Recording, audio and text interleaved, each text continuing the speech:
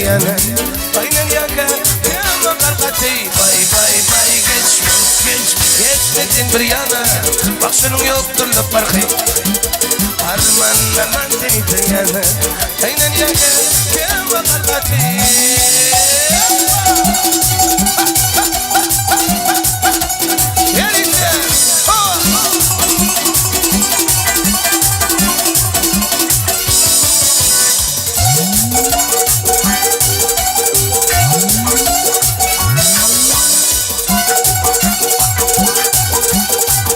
Toyumuz kıvırdı. Toyu gel bak gel.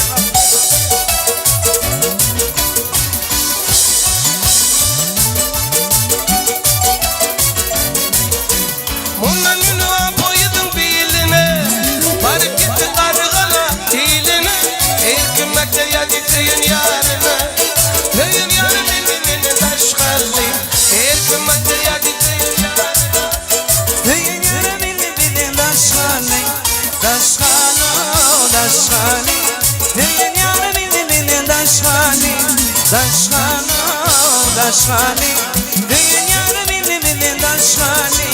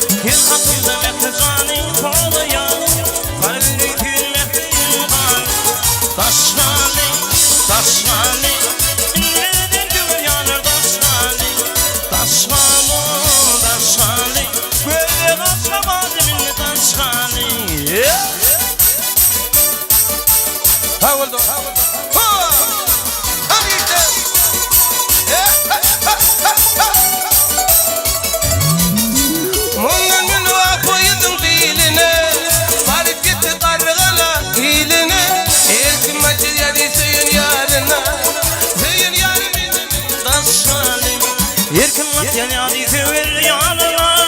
Karadeniz tüvür yanlardan şan Geçmedin bir yana Başının yoktur la farkı Harman seni ziyana aynen yaka kema qarqati boy Geçmedin bir yana Başının yoktur la farkı Harman seni ziyana aynen yaka